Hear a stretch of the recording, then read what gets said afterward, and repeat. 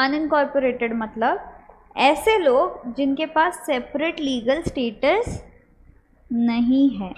एक मीनिंग इसका ये भी होता है कि कंपनी बन के रजिस्टर्ड नहीं है, ठीक है, बट दूसरा मीनिंग जो यहाँ पर है, क्योंकि यहाँ पे हम रजिस्टर्ड बोल रहे हैं इसलिए ये है कि नो सेपरेट लीगल स्टेटस।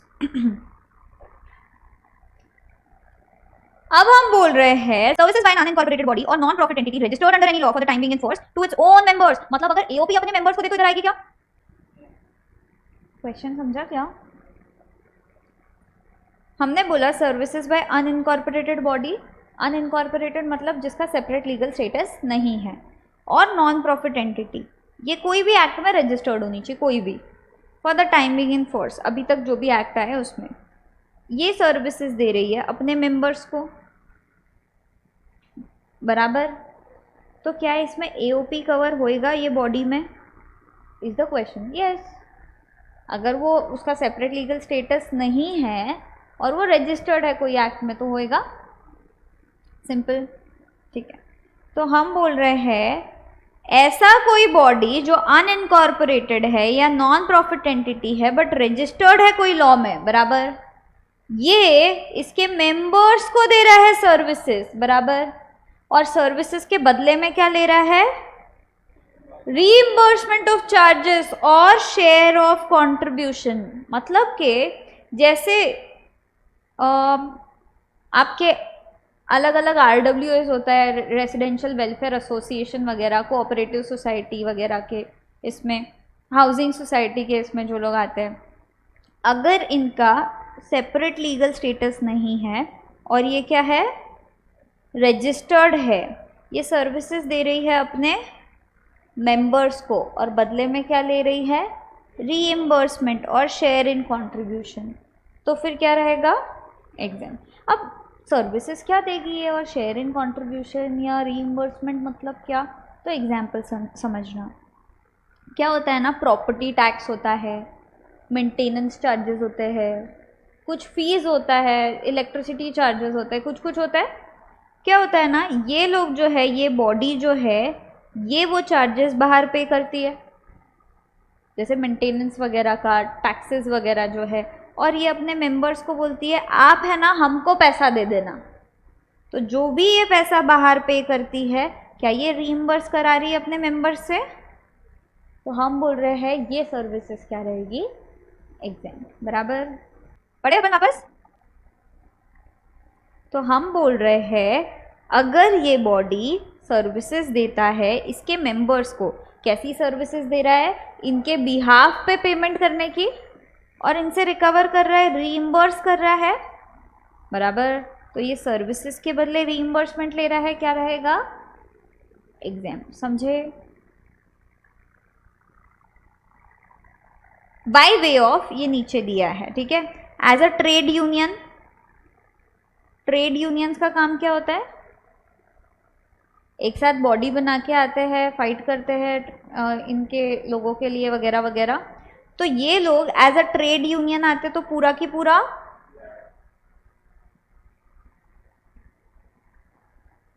बराबर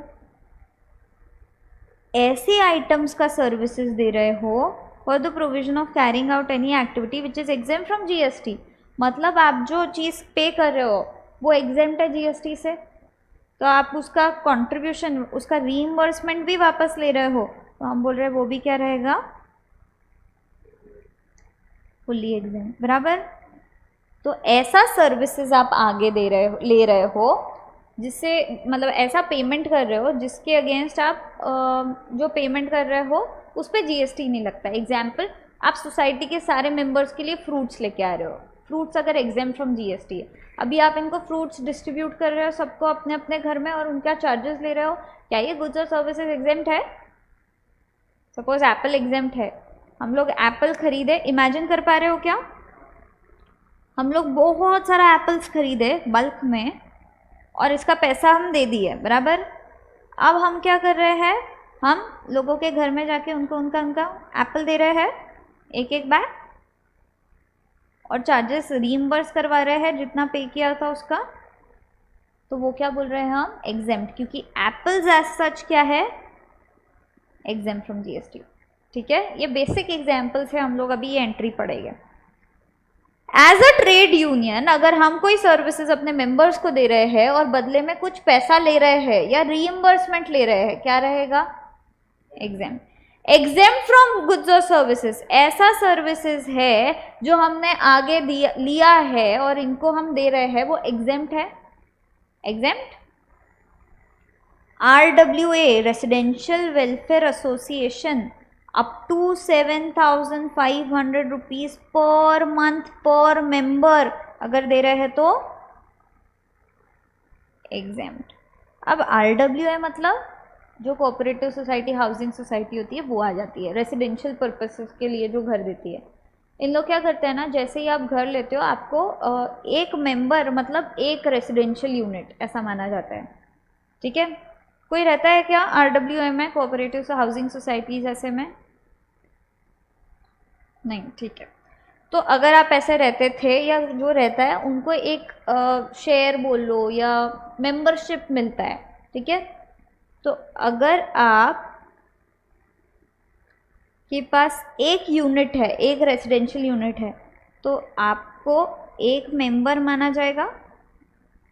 अगर दो है तो दो मेंबर्स। हमको लिमिट पर मेंबर है क्या, अगर दो घर रहे तो 15,000 पर घर, 7,500। ठीक है, तो हमने बोला RWA, सिर्फ RWA पे हमने मॉनेटरी लिमिट सेट कर दी क्या, ये इनके मेंबर्स को कितने रुपए तक का सर्विस दे रहा है तो एग्जेम्प्ट है, only up to 7,500 per month per member, simple, बराबर। अब मैं बोलूँ इधर पे कौन है, रजिस्टर्ड, बराबर। अगर अनरजिस्टर्ड RWA है तो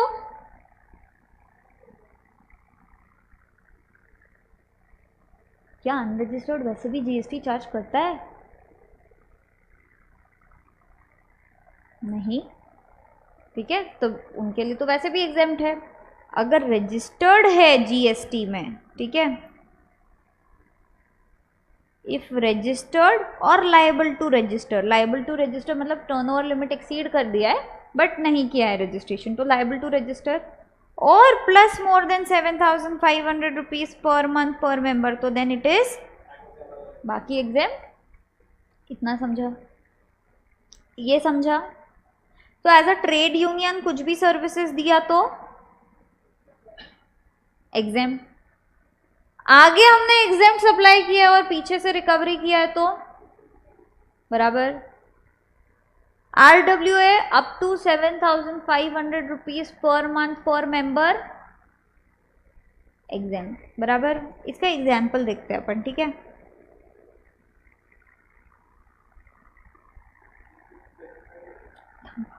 हाँ, 3 स्पेसिफाइड है। मैं डाउट्स के लिए आपको पूछूंगी, हाँ तभी पूछना। अभी तक एक्सप्लेनेशन खत्म नहीं हुआ है, ये पार्ट अपन कंप्लीट करेंगे क्योंकि बाकी लोग लिंक में है, वो लिंक ब्रेक नहीं करना है हमको, ठीक है। Example, RWA of Chulbul housing society. RWA है क्या, मॉनेटरी लिमिट आ गया कितने का, registered under GST, collected maintenance charges of 6,000 per month per member, exempt or taxable, simple, yes, so no GST is payable. If in the above scenario other things remaining the same, the RWA of Chulbul Housing Society collected maintenance charges of exempt या taxable, क्यों, एक तो 7,500 से ज़्यादा है, दूसरा registered है, तीसरा RWA है, बराबर। कितना टैक्सेबल रहेगा बताना, पूरा 9,000 कि सिर्फ एक्सीडिंग वाला पार्ट, किसको लगता है सिर्फ एक्सीडिंग वाला पार्ट, पूरा, yes, answer is correct. Collected the maintenance charges of 9,000 per month per member, GST shall be payable on the entire 9,000 and not 7,500 minus करने के बाद जो अमाउंट आया वो, बराबर, समझे। Next question, the turnover of RWA of Bulbul housing society located in New Delhi in a financial year is 15 lakhs. क्या ये लायबल है रजिस्टर करने के लिए? दिल्ली का है, 20 लाख का लिमिट है. It has collected the maintenance charges of 6,000 rupees per month. Exempt or taxable? Exempt. RWA is not providing any other taxable services to its members. In this case, RWA is not required to take registration since its aggregate turnover is less than.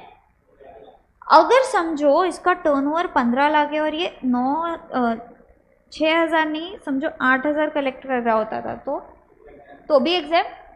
बराबर. Next same to same question जो मैंने अभी आपको पूछा. In the above example, other things remaining the same if the maintenance charges collected by RWA is still not required to take registration क्योंकि इसका limit के अंदर है. बराबर. तो हमने क्या बोला?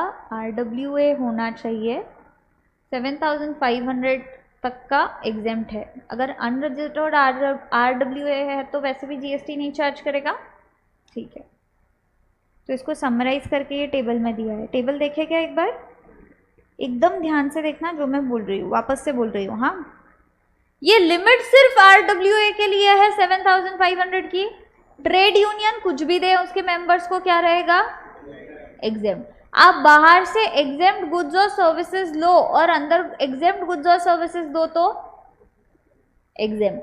RWA है तो exempt but up to 7,500 only. उसके ऊपर गया तो पूरा की पूरा टैक्सेबल. हम RWA का बात कर रहे हैं सिर्फ. RWA मतलब हाउसिंग सोसाइटी. बराबर. Is unregistered RWA's annual turnover more than 20 lakhs. अब ये 20 लाख इधर दिया है, आप चेक करोगे 10 लाख है, 20 लाख है, 40 लाख है. बराबर. तो क्या ये टर्नओवर लिमिट के अंदर है कि बाहर? अगर ऊपर है तो देखो are monthly maintenance charges more than 7,500 per month. If yes तो टैक्सेबल. इफ नो तो देखो मेंटेनेंस चार्जेस 7,000 के नीचे है क्या? यस तो भी टैक्स नहीं लगेगा, नो तो भी टैक्स नहीं लगेगा. सिंपल.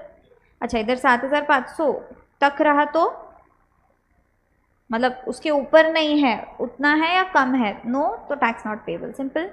समरी चार्ट है, हम लोग को ऊपर से ही समझ गया है. Next part.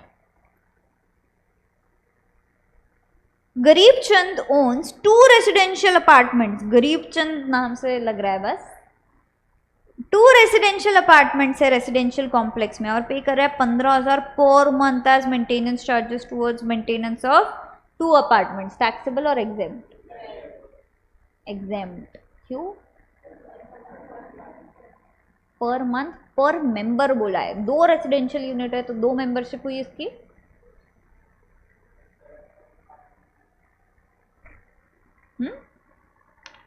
समझे? RWA 7,500 per month in respect of each residential apartment. In this case, the exemption from GST shall be available in respect of maintenance charges paid for each apartment separately. Correct? Last question. ये आपको थोड़ा समझ सकता है. आधा part, आधा ITC के बाद समझेगा. RWA of Tintin Housing Society registered under GST. Registered है क्या? Collected the maintenance of 9,000 per month per member from 1,000 members. Taxable और exempt?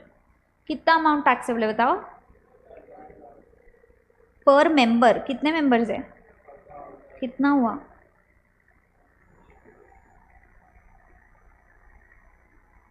90 lakhs. कितना बोला इधर? 90,000. सबने लैक्स ही बोला क्या? ओके. 90 lakhs. यस. अब ITC ले सकता है जितना इसने पे किया वगैरह वगैरह, वो बाद का बात है, वो अपन जब ITC पढ़ेंगे तब देखेंगे. इधर तक समझा? बराबर. 90 लाख के ऊपर GST लगेगा इसको. सिंपल. यस. नेक्स्ट एंट्री जो है वो बोलता है मेंबरशिप फीस. आप किसी से भी मेंबरशिप अगर कलेक्ट करते हो, फीस, मेंबरशिप फीस अगर कलेक्ट करते हो up to 1,000 rupees per year per member, तो क्या रहेगा? सिंपल. रीड करते हैं. Services provided by an unincorporated body or non-profit entity registered under any law for the time being in force, engaged in activities relating to the welfare of industrial or agricultural labor or farmers, और promotion of trade, commerce, industry, agriculture, art, science, literature, culture, sports, education, social welfare, charitable activities and protection of environment. अगर ये लोग जो है ये सब purposes के लिए जो अपने मेंबर्स को प्रोवाइड करेंगे, मेंबरशिप फीस अगर लेते हैं up to 1000 rupees per year, तो इट इज़, ऊपर वाला पर मंथ था क्या, इधर वाला पर ईयर है क्या? यस, ये लिख लो। आज के लिए इतना ही।